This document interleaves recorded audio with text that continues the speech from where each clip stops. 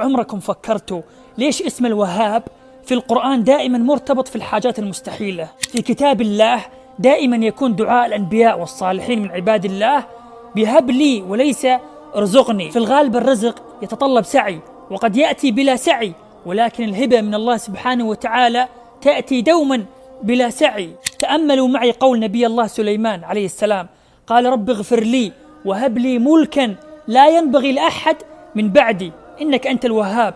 أراد ملكا فريدا، ملكا مليء بالمستحيلات، والنتيجة جمع الله له الملك والنبوة والحكمة والعلم، وسخر له الجبال والطير والشجر والإنس والجن. الله سبحانه وتعالى سخر له كل شيء. نبي الله زكريا عليه السلام لما دعا الله عز وجل قال فهب لي من لدنك وليا، وقال رب هب لي من لدنك ذرية طيبة.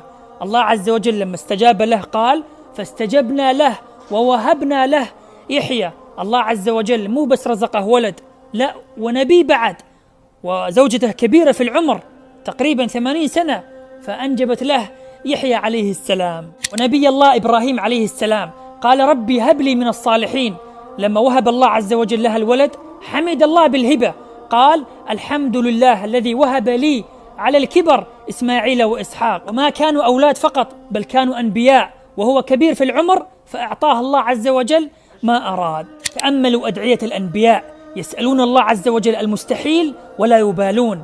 لماذا؟ لأنهم يدركون معنى اسم الوهاب.